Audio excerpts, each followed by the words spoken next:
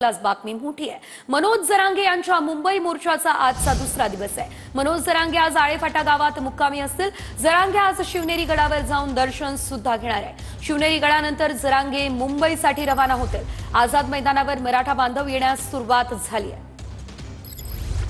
तर आपण पाहतोय शिवनेरी गडानंतर जरांगे थेट मुंबईच्या दिशेने रवाना होणार असल्याचं कळत आहे। तर मुंबईमध्ये आझाद मैदानामध्ये आंदोलन करण्यावरती जरांगे पाटील हे ठाम आहे आणि शेकडो मराठा बांधवांसोबत आता जरांगे पाटील मुंबईच्या दिशेने निघालेले आहेत। शिवनेरीवरती आज जरांगे पाटील जात आहेत आणि त्यानंतर थेट ते मुंबईच्या दिशेने निघणार आहे। सर्वात महत्त्वाचं म्हणजे जरांगेंच्या आंदोलनासाठी आता आझाद मैदानाची पाहणी सुद्धा काल करण्यात आलेली होती आणि आता मराठा बांधव या ठिकाणी जमण्यास सुरुवात झालेली आहे। बघा, एकाच दिवसाची परवानगी जरांगे पाटील यांना आझाद मैदानामध्ये आंदोलन करण्यासाठी देण्यात आलेली आहे। काही अटी आणि शर्ती सुद्धा लादून देण्यात आल्या। तर मनोज जरांगेंनी मुंबईमधील आंदोलनासाठी पोलिसांना हमीपत्र दिलंय।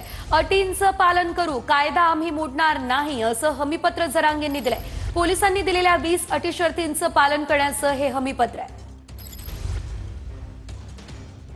तर हेच आपण पत्र पाहतोय आपल्या टेलिव्हिजन स्क्रीनवरती। काय या पत्रामध्ये लिहिलेलं आहे आपण पाहू शकतो। या ठिकाणी आपण पाहतोय जरांगेंनी हे हमीपत्र दिलेले आहे। काल ज्या अटी आणि शर्ती लादून देण्यात आलेल्या आहेत त्या सर्व अटी आणि शर्तींचं आम्ही पालन करणार असं जरांगे पाटील यांनी म्हटलेलं आहे। मनोज जरांगे यांनी मुंबईमधील आंदोलनासाठी कसून तयारी केलेली होती आणि आता आपण पाहू शकतोय हे हमीपत्र सुद्धा पोलिसांना देण्यात आलेलं आहे।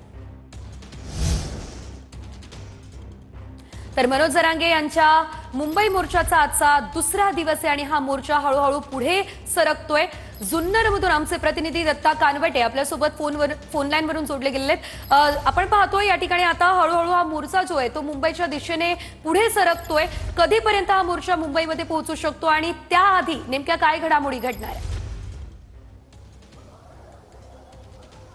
नक्कीच सेजल, जालना जिल्ह्यातल्या अंतरवाली सराटी येथून काल सकाळी 10 वाजता निघालेला मनोज जरांगे पाटील यांचा मोर्चा आज जुन्नरला पोहोचलेला आहे। जुन्नरच्या याच वनविभागाच्या विश्रामगृहामध्ये सध्या मनोज जरांगे आराम करतायत। थोड्याच वेळानंतर ते बाहेर येणार आहेत आणि आपल्या पाठीमागे आपण बघू शकता की हा किल्ला आहे, शिवनेरी किल्ला। याच शिवनेरी किल्ल्यावरती जाऊन मनोज जरांगे पाटील हे शिवजन्मभूमीचं दर्शन घेणार आहेत। तिथं शिवाई देवी आहे, तिथं सुद्धा दर्शन घेणार आहेत। सांगितलं असं सुद्धा जात आहे की जर का प्रकृती मनोज जरांगे पाटील यांची चांगली नसली तर ते शिवनेरीच्या पहिल्या पायरीचंच दर्शन घेऊन ते मुंबईच्या दिशेने निघू शकतात। शिवनेरीवरून निघाल्यानंतर मनोज जरांगे पाटील हे सुरुवातीला राजगुरुनगर, चाकण, तळेगाव मार्गे घाटातून खरं तर ते मुंबईच्या दिशेने निघणार आहेत। अंदाज आणि शक्यता अशी आहे की रात्री उशिरापर्यंत 2 किंवा 3 वाजेपर्यंत मनोज जरांगे पाटील हे आझाद मैदानामध्ये पोहोचू शकतात आणि उद्या सकाळी 10 वाजता ते आपल्या उपोषणाला सुरुवात करू शकतात। खरं तर काल दिवसभरात